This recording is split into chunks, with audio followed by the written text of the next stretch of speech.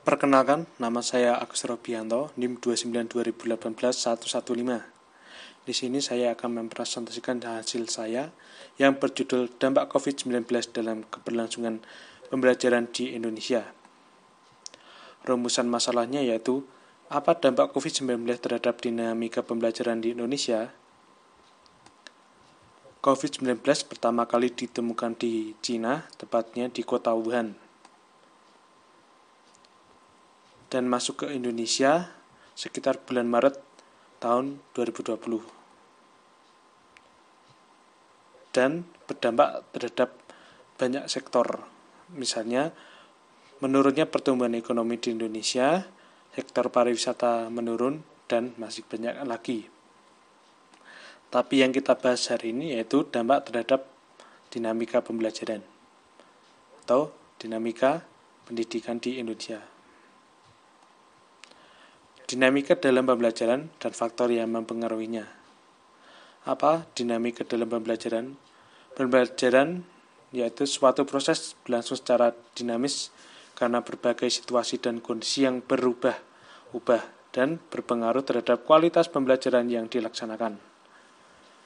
Dan faktor yang mempengaruhinya yaitu kondisi pembelajaran, metode pembelajaran, dan yang terakhir adalah hasil pembelajaran. Apa dampak COVID-19 terhadap dinamika pembelajaran? Dampaknya yaitu yang pertama, sekolah dari rumah. Sekolah dari rumah merupakan istilah dapat mewakili seluruh aktivitas pembelajaran yang dilakukan oleh guru dan peserta didik di rumah masing-masing.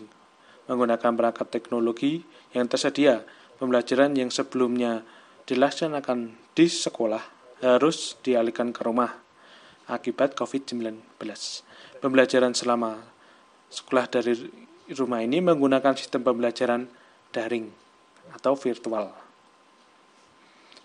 Dampak yang kedua yaitu transformasi media pembelajaran. Adanya COVID-19 berdampak pada peralihan penggunaan media pembelajaran bertransformasi lebih canggih menggunakan perangkat teknologi jaringan. Hasil pengamatan penulis menunjukkan bahwa guru dan peserta didik harus menggunakan media pembelajaran baru dengan lingkungan dan suasana pembelajaran baru. Beberapa transformasi penggunaan media pembelajaran diantaranya ialah penggunaan WhatsApp Group untuk diskusi dan penugasan, menggunakan aplikasi Zoom atau Google Meet untuk konferensi tatap muka pembelajaran secara daring, dan menggunakan YouTube untuk eksplorasi materi secara visual dan pemakaian jaringan televisi seperti TVRI untuk mendalami materi pembelajaran. Dampak yang ketiga yaitu penyesuaian metode pembelajaran.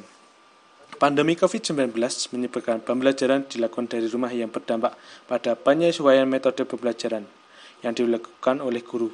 Guru harus mampu memilih metode yang bagus dalam situasi waktu yang singkat. Selama pembelajaran menggunakan aplikasi ini dalam jaringan, menunjukkan bahwa guru lebih mengendalikan metode ceramah dan penugasan. Dampak yang keempat yaitu penyesuaian evaluasi pembelajaran.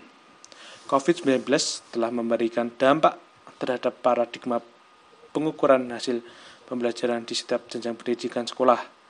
Konsekuensi logis di tengah krisis ini ialah melakukan penyesuaian yang jika dianalisis dirasakan kurang efektif dalam menentukan standar kenaikan kelas maupun kelulusan sekolah peserta didik karena mengendalikan nilai yang telah dicapai peserta didik sebelumnya. Dengan demikian, institusi pendidikan tidak memperoleh gambaran otentik tentang perkembangan hasil belajar peserta didik selama masa pandemi.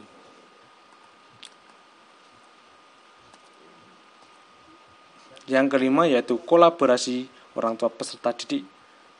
Bersekolah dari rumah dengan seluruh rangkaian pembelajaran daring menghidupkan kolaborasi penuh orang tua peserta didik.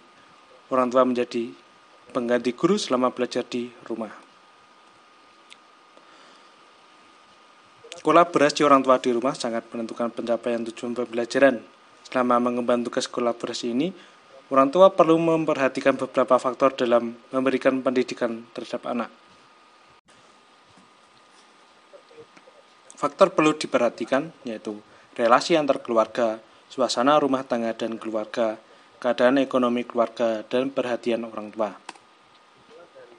Simpulan dari materi ini yaitu pembelajaran sebagai suatu proses berlangsung secara dinamis karena berbagai situasi dan kondisi yang berubah-ubah dan berpengaruh terhadap kualitas pembelajaran yang dilaksanakan.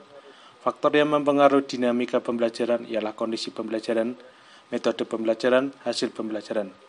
Dinamika pembelajaran di Indonesia saat ini terganggu secara eksternal oleh krisis wabah COVID-19. Beberapa dampaknya diantaranya sekolah dialihkan ke rumah, terjadi transformasi media pembelajaran berbasis teknologi, penyesuaian metode pembelajaran, penyesuaian evaluasi pembelajaran, dan tuntutan kolaborasi orang tua peserta didik. Dan ini referensi yang saya gunakan dalam menulis presentasi ini. Demikian presentasi dari saya, semoga bermanfaat. Terima kasih.